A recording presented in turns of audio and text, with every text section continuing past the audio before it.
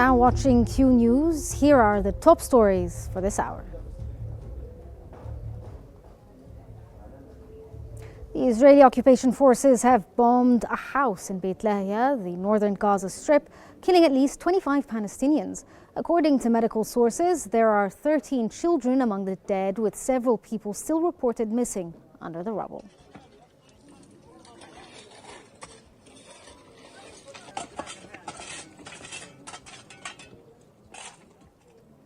Four Palestinians have been killed, several injured in an Israeli strike targeting a house in Jabalia refugee camp, northern Gaza.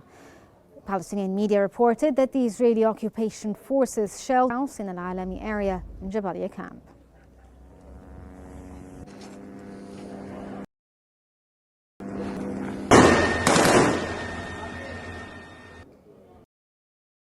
Gaza-based health authorities have announced that the death toll from Israeli attacks on the Gaza Strip climbed to over 43,300, with over 102,300 wounded.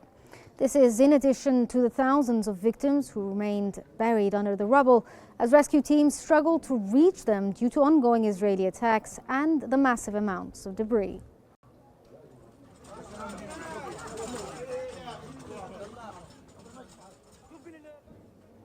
A World Health Organization official has reported that more than 100 patients will be evacuated from Gaza on Wednesday in a rare transfer out of the war-ravaged enclave. The World Health Organization representative for the occupied Palestinian territory said that the patients will travel in a large convoy via the Abu Salim crossing with Israel before flying to the United Arab Emirates, and then some will travel to Romania.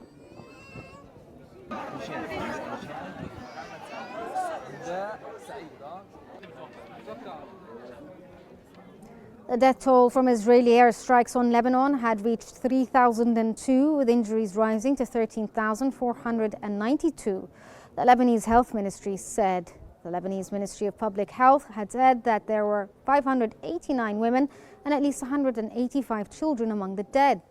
In related news, Lebanon's national news agency revealed that Israeli occupation forces have effectively wiped out 37 border villages and towns in southern Lebanon, destroying 40,000 housing units in the process.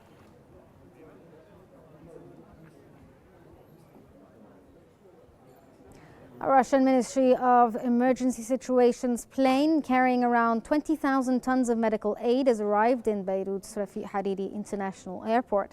The Russian ministry stated that the aid comes following instructions from President Vladimir Putin and under the directions of Emergency Minister Alexander Klorenkov. The humanitarian aid includes medicine and essential supplies.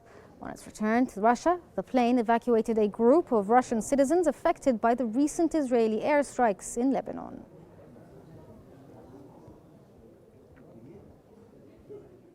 Iran's foreign ministry spokesman Ismail Baghai has said Tehran will use all available means and resources to respond to Israeli attacks on military targets in Iran. Speaking at a press conference in Tehran, the Iranian capital Baghai stated that Iran's response would be clear and decisive. Iran also condemned the U.S. military presence in the Middle East, describing it as a threat to regional stability amid rising tensions.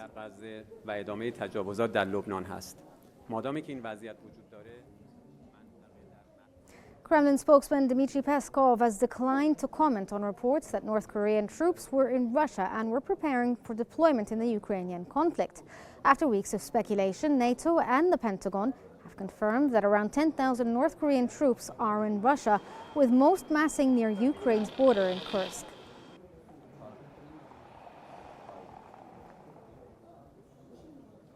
NATO Secretary General Mark Rutte has said North Korea's involvement in the war in Ukraine marks a significant escalation of the conflict, speaking at a joint news conference with German Chancellor Olaf Scholz in Berlin.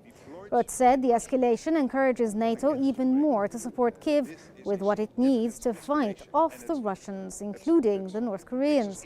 Rutte said NATO was working closely with Indo-Pacific partners such as South Korea to keep not only the Euro-Atlantic but also the Indo-Pacific safe.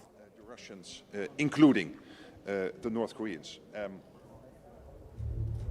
This concludes our top headlines for this hour. Don't forget to follow Q News on YouTube, Facebook, X, Instagram, and TikTok at QNewsEG to stay informed. Thank you for watching and stay tuned for more updates here on Q.